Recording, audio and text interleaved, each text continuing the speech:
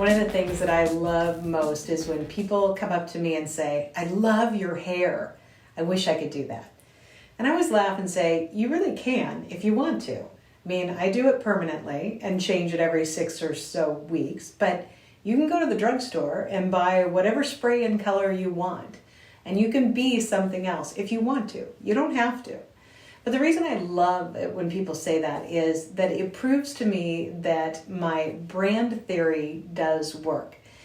And there's a little bit of a backstory in how this happens. So let's talk about it. I didn't end up with this part of my brand on purpose. It was completely by accident. So probably 5-6 years ago, I was going through what I can only best describe as kind of a midlife crisis. I was having a lot of things that felt really uncertain in my professional life and in my personal life, and I felt a little off. So one day when I was getting my hair done, I was sitting in the salon chair with this gal that has done my hair for years, and I trust her implicitly, and she goes, so what do you want to do today? Which was basically a version of what colored blonde are we going to do? Every once in a while I would surprise her though, and we go deep red, and once we actually went almost a black, a really deep burgundy, but I looked at her and I said, I think I want to take some deep blue and put it right in my bangs. And she said, seriously? And I started laughing. I said, I don't think I was serious, but now that I think about it, why not? And it was actually Halloween. And I remember sitting there thinking, well, this is kind of a strange thing. Maybe I'm just doing it because I feel out of sorts and it's Halloween and people are dressed up around me. But what the heck? I'm going to do it. And I walked out of there and I felt like $1,000,000. And it was just a little blonde in the bangs, or a little blue in the bangs. But it was like something emerged in me. And I realized as I thought about it that my whole career, I have been, working off this persona. And I got a little crazy at times. I always had really good shoes and I had, nice dresses, but, always still within kind of the boundaries of quote unquote, very professional. In fact, early in my career, the only thing you would find in my closet were black suits. Black pants, black tops, black dresses, black skirts, you name it. And I would be crazy when I would go out and actually buy a pair of red shoes. Now, you may think, well, what does this have to do with me and my profession, Michael? And what does this have to do with my development? Well, my story, though, really became an evolution for me because I wanted to make sure that the brand that I was becoming with my own company was something that truly reflected the authentic part of me. And the authentic part of me is this. There's this balance between this really professional person and this person who has a really larger-than-life personality. And this juxtaposition, it may look like from the outside, is really the balance that I love to have inside. So when I was working with the person who was developing my logo and my brand image for my company, they were asking me questions like, what do you want to be known for? What are you known for? And I really had to start asking myself those questions at a deeper level. So I said, well, here's the thing, for the last year or so, I do fun hair colors, really wacky. I, have crazy shoes. I'm larger than life, but I'm really serious about potential.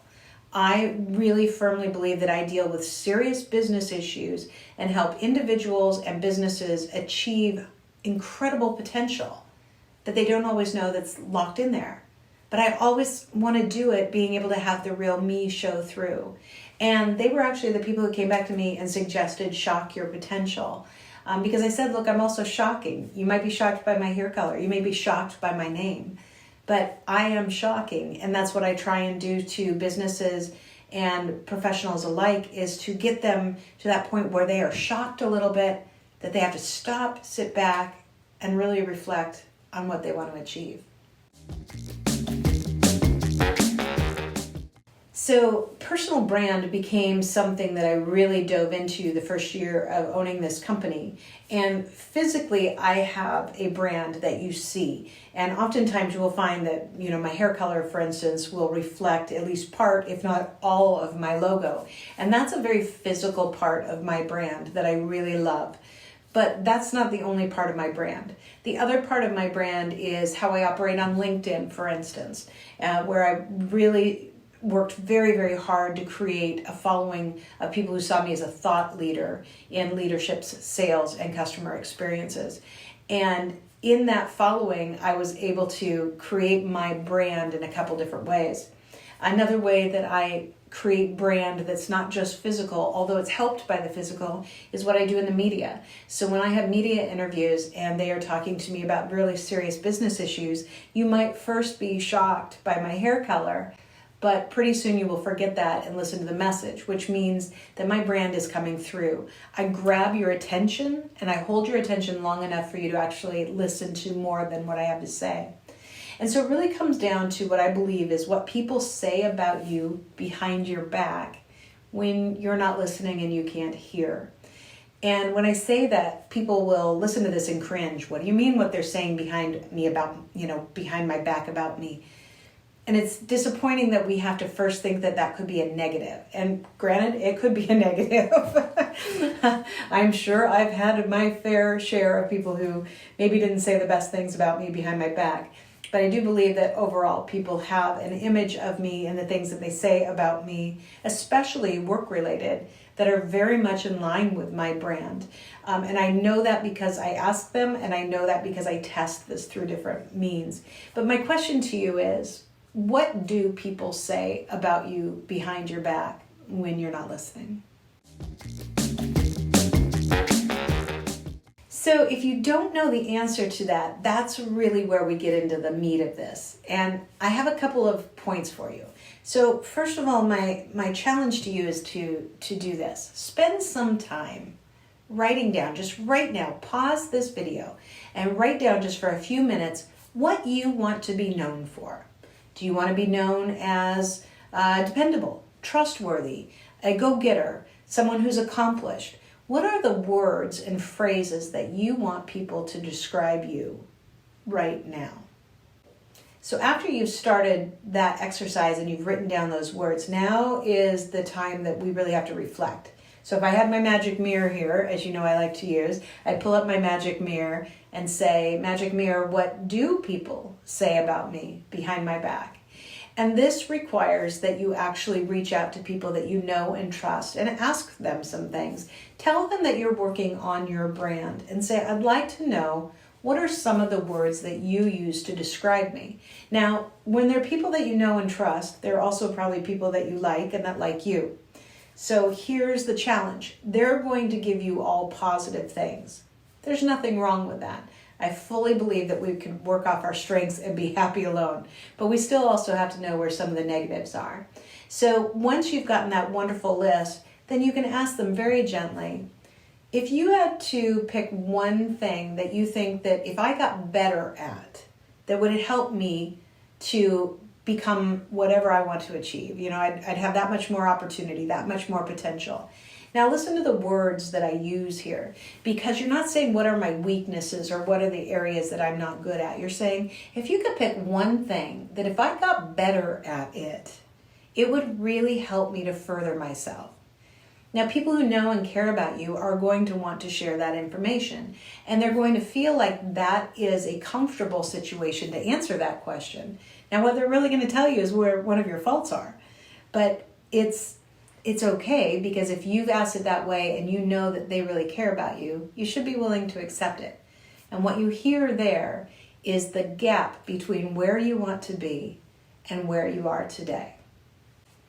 So the third element is for you to spend time reflecting on what you are going to do to bridge that gap between where you want to be and where you are today. So perhaps that's going to be building something that crosses that chasm.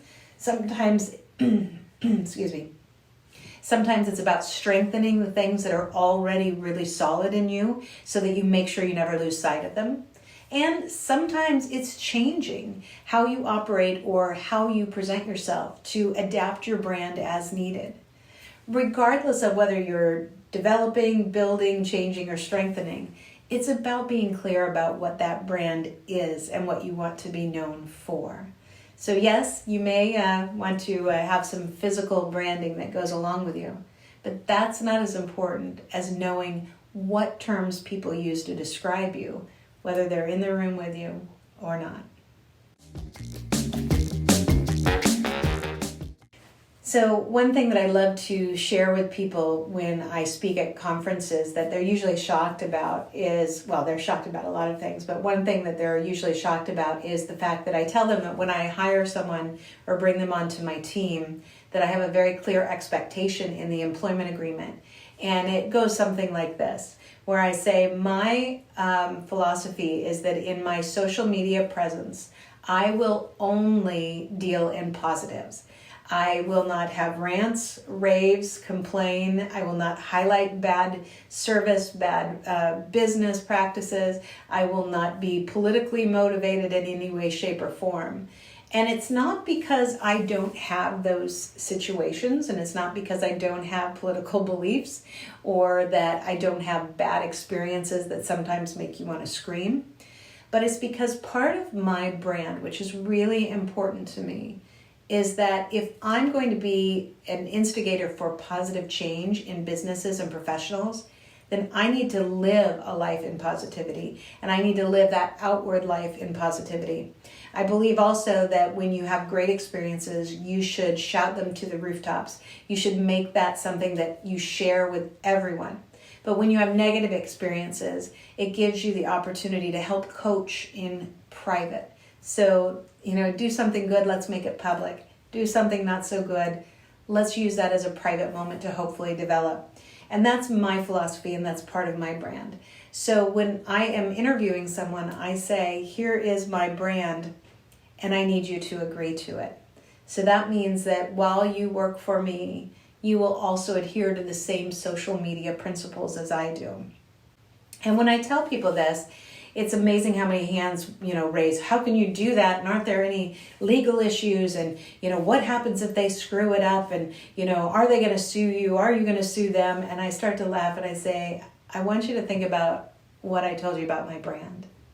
My brand is that I deal in positivity. Now, do I expect that everyone will comply with that 100%? I would hope they would. But I'm also realistic that they may not.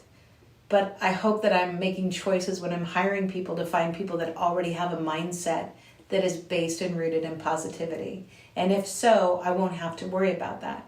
Now, what would I do if they broke it? Well, probably I'd have a discussion with them and say, tell me about what's going on. Would I terminate somebody over it? Possibly. Have I ever had to? No. And mostly because I think people want to have something to align to. And like I said, I'm pretty good at screening out people that really already have a positive nature at their basis. And so by doing so, I'm also very clearly stating my brand to my team that says, this is how we operate as a company. This is what you can expect from me. This is what I expect from you so that we can deliver what our customer expects. So here's your assignment. You already got it, but I want you to take some time and reflect on the answers that I first had you pause and write about. And that is, what words or phrases do you want people to use when they reference you? Review it. Take some time to think about it. Talk with someone you trust about what those words are.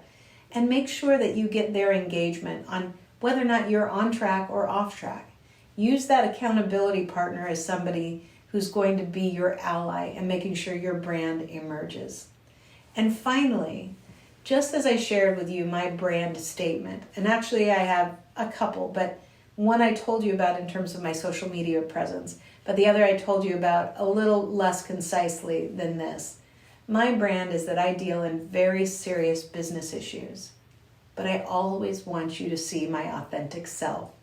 And I believe firmly that we can deal in serious business issues and still have fun along the way. What is your brand statement? Write your brand statement down. Read it, reread it, and look at it. Share it with people that you trust.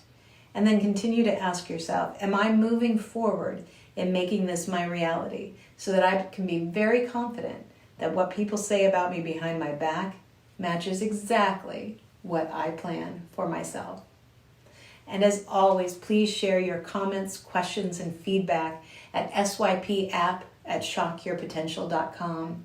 And of all your submissions, once a month, I'll pick one lucky winner to receive autographed copies of my books. And it will come to an end.